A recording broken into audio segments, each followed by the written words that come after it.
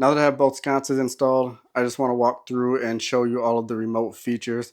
So these are, I consider, premium lights. I love this brand. I've had several lights from them and they're all really great. This particular one, there's no colors. It's just, this is the color of the light that you get.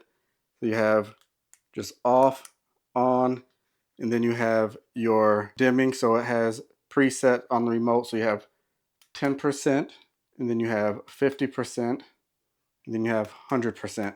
So those are your options, but then you also have just a plus and minus, so you can control. You're not stuck with just 10, 50, or 100%. You can just hit that minus button and step it down as low as you want or as high as you want, between 10 and 100% there. And then it also has timer buttons on here for 1 hour, 2 hour, and 4 hours. Again, they come with 2 remotes. One remote can control both lights, but if you want to split them up and put them in different rooms or different places, you do have the 2 remotes. So absolutely a good thing. They're a good option if you don't want them in a space like how I have mine where they're right next to each other.